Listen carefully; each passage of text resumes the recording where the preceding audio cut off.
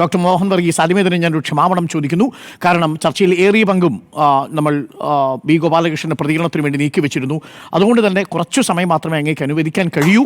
പക്ഷേങ്കിലും ചോദ്യം ഇതാണ്, വളരെ രാഷ്ട്രീയ പ്രസക്തമായ ഒരു ചർച്ചയാണ് ഇന്ത്യയിൽ നടന്നുകൊണ്ടിരിക്കുന്നത്. വോട്ട് ചോരി അത് തൃശ്ശൂർ മണ്ഡലത്തിൽ മറ്റൊരു രീതിയിലാണ് അവതരിപ്പിക്കപ്പെടുന്നത്. ഇപ്പോൾ ബി ഗോപാലകൃഷ്ണൻ പറയുന്നത് രാജ്യത്ത് എവിടെ നിന്നും വന്ന് ഞങ്ങൾക്ക് വോട്ട് ചെയ്യാം, അത് ചട്ടപ്രകാരം വോട്ട് ചെയ്യാൻ അനുവദിക്കും, അതിലെന്താ തെറ്റ് എന്നാണ് ചോദിക്കുന്നത്. ഡോക്ടർ മോഹൻ വർഗീസ്, ഇത് ജനാധിപത്യത്തോടുള്ള വെല്ലുവിളിയായി കരുതുന്നുണ്ടോ താങ്കൾ? ജനാധിപത്യം അനുവദിക്കുന്ന ഒരു പരിധിയുണ്ട്, അത് നിയമത്തിൻ്റെ ഒരു പരിധിയുണ്ട്, സഭ്യതയുടെയും പ്രൊപ്രൈറ്റിയുടെയും ഒരു പരിധിയുണ്ട് ഡോക്ടർ അരുൺ.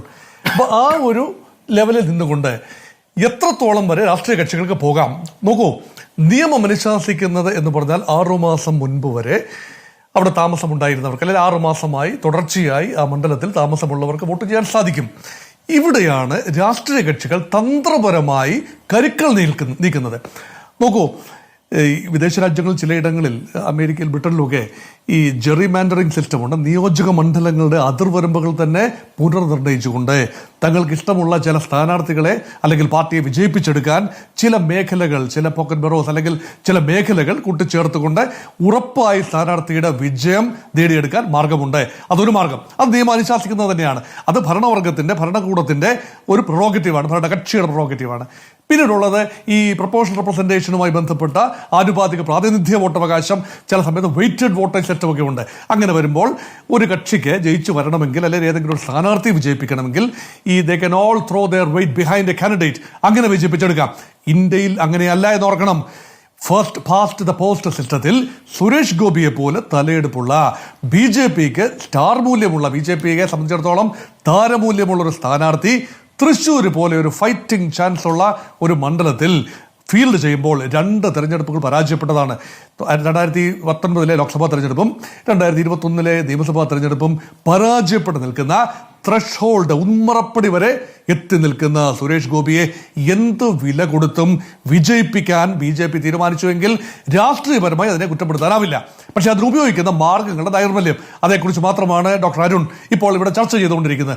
ആരോപണ പ്രത്യാരോപണങ്ങൾ, വോട്ട് കൊള്ളയുമായി ബന്ധപ്പെട്ട്, വോട്ട് ചേർക്കലുമായി ബന്ധപ്പെട്ട് ആരോപണ പ്രത്യാരോപണങ്ങൾ പരസ്പരം 3 പാർട്ടികളും അങ്ങോട്ടും ഇങ്ങോട്ടും വാരി എറിയുന്ന ഒരു കാഴ്ചയും നമ്മൾ കണ്ടു. ഇത് ബാണശരങ്ങൾ ഏൽക്കാത്തവരില്ല ഗുരുക്കളിൽ എന്ന് പറയുന്നത് പോലെ എല്ലാവരും അങ്ങോട്ടും ഇങ്ങോട്ടും നിങ്ങളാണ് വോട്ട് ചേർക്കൽ വിവാദം ഉണ്ടാക്കുന്ന എന്ന് പറഞ്ഞുകൊണ്ടുള്ള വാദങ്ങൾ. അതവിടെ നിൽക്കട്ടെ. ഇവിടെ നോക്കൂ, ഇവിടെ ശ്രീ ബി ഗോപാലകൃഷ്ണൻ പറഞ്ഞ ഒരു കാര്യം ആഴതലങ്ങളുള്ള ഒരു കാര്യമാണ്. അതുകൊണ്ടാണ് ആ ചർച്ച വളരെ സാഗൂതം കേട്ട് നിൽക്കുകയായിരുന്നു. ശ്രീ ബി ഗോപാലകൃഷ്ണൻ ഏറെ സമയമെടുത്തുവെങ്കിൽ പോലും അദ്ദേഹം പറഞ്ഞതിൻ്റെ ഒരു രത്ന ചുരുക്കം ഒരു വാചകത്തിലുണ്ട്. ഞങ്ങൾ ഇന്ത്യയിൽ ഏതെങ്കിലും ഒരു മണ്ഡലത്തിൽ ജയിപ്പിച്ചെടുക്കണം, ഒരു സ്ഥാനാർത്ഥി ജയിപ്പിച്ചെടുക്കണമെങ്കിൽ നിയമം അനുശാസിക്കുന്ന രീതിയിൽ എവിടെ നിന്നെല്ലാം കൊണ്ടുവരാൻ സാധിക്കുമോ അവിടെ നിന്നെല്ലാം നിയമപരമായി കൊണ്ടുവന്ന് ആ മണ്ഡലത്തിൽ അവരെ വോട്ടർമാരായി ചേർക്കും. 6 മാസമല്ല, 1 വർഷം വരെ മുമ്പ് വേണമെങ്കിലും ഞങ്ങളത് ചെയ്യും. എന്നിരുന്നാലും ഞങ്ങൾക്ക് ആ സ്ഥാനാർത്ഥിയെ ജയിപ്പിച്ചെടുക്കാനുള്ള രാഷ്ട്രീയ ഇച്ഛാശക്തിയുണ്ട്. ഇന്ത്യയിൽ നിയമം അത് അനുവദിക്കുന്നുണ്ടല്ലോ. തൃശ്ശൂർ മണ്ഡലത്തിൽ, കേരളത്തിലെ മറ്റേതെങ്കിലും മണ്ഡലത്തിൽ നിന്നും ഈ നിർബന്ധപൂർവമോ അല്ലാതെയോ ആളുകളെ കൊണ്ടുവന്ന് ജെനുവിൻ വോട്ടർമാരായിട്ടാക്കി, ഡോക്ടർ അരുൺ തന്നെ നേരത്തെ സൂചിപ്പിച്ചതുപോലെ അവർ അതത് മണ്ഡലങ്ങളിലെ വോട്ട് ഉപേക്ഷിച്ചതിന് ശേഷമോ അല്ലെങ്കിൽ അത് ഏതെങ്കിലും രീതിയിൽ മറച്ചു വെച്ചതിന് ശേഷമോ ഒക്കെ അവർ ഒരുപക്ഷെ തദ്ദേശ തെരഞ്ഞെടുപ്പിലെ വോട്ടർ പട്ടികയിൽ പേര് നിലനിർത്തിക്കൊണ്ട് തന്നെ ഒരുപക്ഷെ ലോക്സഭാ തെരഞ്ഞെടുപ്പിന്റെ വോട്ടർ പട്ടികയിൽ പേരുകൾ ചേർത്താൽ തൃശ്ശൂർ പോലൊരു മണ്ഡലം ഇങ്ങ് എടുക്കുകയാണ്. നമ്മുടെ ചർച്ചയുടെ ടൈറ്റിൽ അതാണല്ലോ, തൃശ്ശൂർ ഇങ്ങ് എടുക്കുകയാണോ? അപ്പൊ ഏത് രീതിയിലാണ് എടുത്തത്? അത് എടുക്കണം എന്ന ഉദ്ദേശത്തോടു കൂടി തന്നെയാണ് ഇത്രയധികം വോട്ടുകൾ ചേർത്തത്.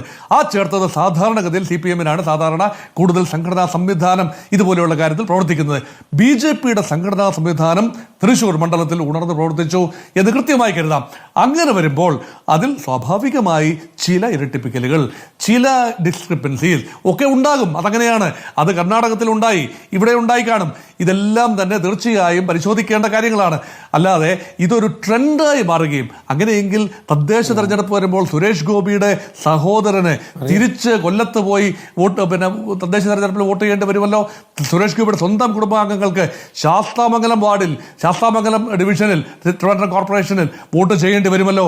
നോക്കൂ, തൃശ്ശൂർ, തിരുവനന്തപുരം കോർപ്പറേഷനുകൾ അഭിമാന പോരാട്ടമാണ് ഭാരതീയ ജനതാ പാർട്ടിക്ക്. പ്രത്യേകിച്ചും ഈ പറയുന്ന ഇനി വരാൻ പോകുന്ന തദ്ദേശ സ്വയംഭരണ തെരഞ്ഞെടുപ്പുകളിൽ അവിടെ ഓരോ വോട്ടും തിരുവനന്തപുരം നഗരത്തിൽ നിർണായകമായി വരാൻ പോവുകയാണ്. പ്രത്യേകിച്ചും ഭാരതീയ ജനതാ പാർട്ടി അധികാരം സ്വപ്നം കാണുന്നത് ആദ്യമായി ഒരു കേരളത്തിലെ ഒരു കോർപ്പറേഷൻ ഭാരതീയ ജനതാ പാർട്ടിക്ക് വിജയിച്ചു വരാൻ സാധിക്കണമെങ്കിൽ അത് തൃശ്ശൂരോ തിരുവനന്തപുരം, പ്രത്യേകിച്ച് തിരുവനന്തപുരം ആകാനുള്ള സാധ്യതയാണുള്ളത്.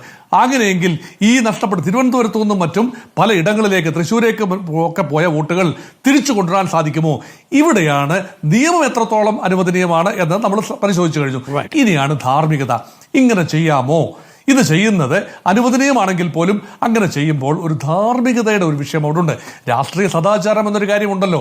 ഈ രാഷ്ട്രീയ സദാചാരത്തിന് ചേർന്ന കാര്യമാണോ അത്? ഒരു പ്രത്യേക സ്ഥാനാർത്ഥി വിജയിപ്പിക്കാൻ വേണ്ടി അദ്ദേഹവുമായി പ്രത്യേകിച്ച് ഒരു ബന്ധവുമില്ലാതെ പാർട്ടി കൂർ മാത്രം നോക്കി വൻതോതിൽ ആളുകളെ ട്രാൻസ്പോർട്ട് ചെയ്യുന്ന പ്രവണത എൻ്റെ അഭിപ്രായത്തിൽ അനാരോഗ്യപരമാണ്. എന്തു വിധേനയും ഇലക്ഷൻ ജയിക്കുക എന്ന് പറയുന്നത് രാഷ്ട്രീയ കക്ഷികൾ അഡോപ്റ്റ് ചെയ്യുന്ന ഒരു മാർഗമാണ്. പക്ഷെ ആ എന്തു വിധേനയും എന്ന് പറയുമ്പോൾ ഗാന്ധിയൻ മാർഗമുണ്ടല്ലോ, ഏതാ നൈർമല്യമുള്ള മാർഗങ്ങൾ ഉപയോഗിച്ച് ഇലക്ഷൻ ജയിക്കുമ്പോഴാണ് മറ്റ് മണ്ഡലങ്ങളിലെയൊക്കെ ഉള്ള വിജയ സാധ്യതയ്ക്ക് ആധികാരികത ഉണ്ടാകുന്നതും അംഗീകാരം ഉണ്ടാകുന്നതും അപ്പോഴാണ്. അതുകൊണ്ട് ആ രീതിയിൽ ഭാരതീയ ജനതാ പാർട്ടി ചെയ്തു എങ്കിൽ അത് നിയമപരമായി തെറ്റല്ലായിരിക്കാം. ഇപ്പോൾ ഗോപാലകൃഷ്ണൻ പറഞ്ഞതിനകത്ത് നിയമപരമായി കൂടി ഒരു പ്രശ്നമുണ്ട് എന്നുള്ളതാണ്. ഗോപാലകൃഷ്ണൻ, ഒരു നിമിഷം, ഞാൻ ഒന്ന് CPM പ്രതിനിധിയിലേക്ക് പോയിട്ട് ഞാൻ അങ്ങയിലെ ചർച്ച അവസാനിപ്പിക്കൂ. എനിക്ക് അരുൺകുമാറിന്റെ ഒരു പ്രതികരണം കൂടി.